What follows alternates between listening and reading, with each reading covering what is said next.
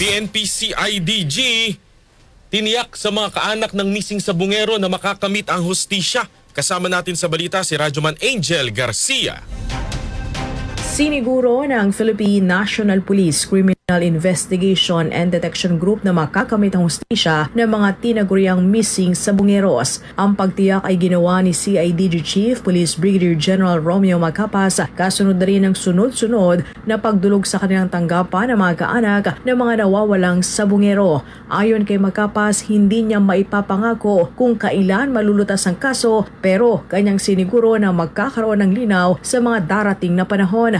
Tuloy-tuloy din ani ang pagkalap nila ng mga ebidensya na tatayo sa korte at hindi lang basta nakabase sa testimonya ng iisang testigo. Samantala, nabuhay naman ang pag-asa si Shardine Lasco, ang kapatid ni Ricardo Lasco na isang online master agent na tinukot sa kanilang bahay noong 2021. Aniya, nakausap nila si alias Totoy at positibo ito na siya na ang magiging susi at magbibigay ng liwanag sa naturang kaso. Masayang-masaya, finally, no?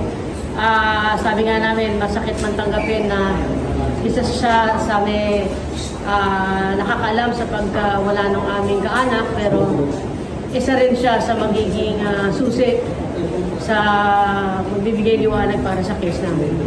Kasama mo sa DZXL Arm and Manila, Radyoman Angel Garcia, Tatak, RMN.